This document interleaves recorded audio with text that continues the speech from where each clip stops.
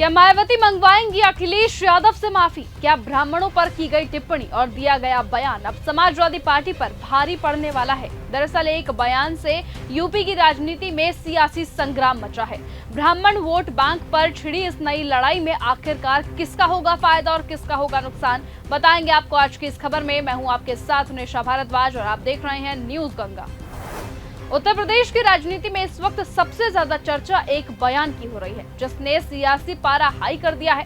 दरअसल मामले की शुरुआत 5 मई को होती है, जब समाजवादी पार्टी के एक प्रवक्ता राजकुमार भाटी एक कार्यक्रम में पहुंचे थे। भला न वैश्या इनमें भला न कोई, और कोई वैश्या तो भली ब्राह्मण भला न कोई।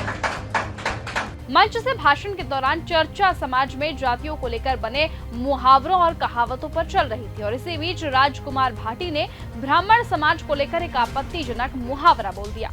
अब मंच पर की गई बात कैमरे में रिकॉर्ड हुई और कुछ ही देर में सोशल मीडिया पर वायरल होने लगी। वीडियो छोटा था लेकिन विवाद बहुत बड़ा हो गया।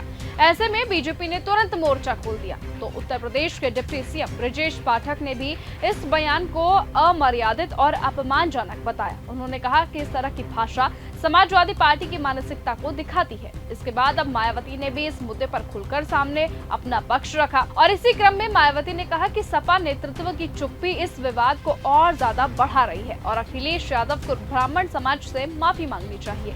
उन्होंने ये भी कहा कि समाजवादी पार्टी की जातिवादी राजनीति अब नहीं बदल सकती है। तो उधर विवाद बढ़ता गया और मामला सड़क तक पहुंच गया। निलंबित पीसीएस अधिकारी अलंकार अग्निहोत्री सपा कार्यालय के बाहर धरने पर बैठ गए और मांग करने लगे कि राजकुमार भाटी को पार्टी से बाहर कर दिया जाए। दबाव बढ़ा तो आखिरकार राजकुमार भाटी सामने आए। उन्होंने हाथ जोड़कर बिना शर्त माफी मांगी। भाटी ने कहा कि अगर उनके शब्दों से किसी भी ब्राह्मण भाई को ठेस पहुंची है तो वो बिना शर्त माफी मांगते हैं। उन्होंने ये दावा किया कि उनके 12 मिनट के भाषण में से सिर्फ 7 सेकंड की क्लिप काटकर वायरल की गई है।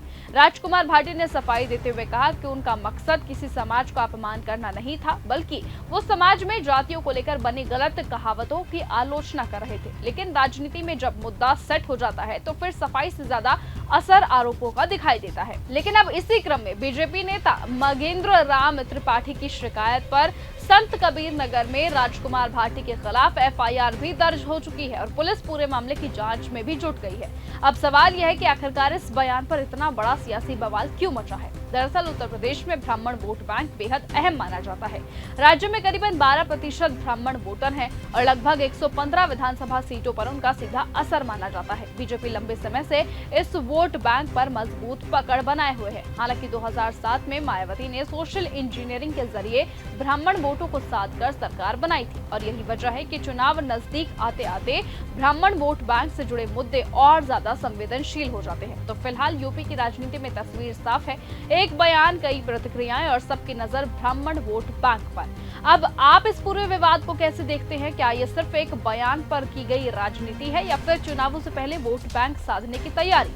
आपको क्या लगता है कि क्या अखिलेश यादव भी अब इस बयान के बाद माफी मांगेंगे? क्या मायावती उनसे माफी मंगवा पाएंगी? और क्या यही बयान अब 2027 में सपा के लिए नुकसानदायक साबित होगा या नहीं? कमेंट करके अपनी राय जरूर दीजिएगा। आज की इस खबर में सिर्फ इतना ही। देखते रहिए और बने रहिए न्यूज गंगा के साथ। नमस्कार। अगर आपको यह हमारा वीडियो पसंद आया हो तो इसे लाइक और शेयर करना बिल्कुल न भूलें। साथ ही हमारे चैनल न्यूज गंगा को सब्सक्राइब और फॉलो जरूर करें ताकि देश और दुनिया की हर बड़ी खबर आप तक सबसे पहले पहुंचे।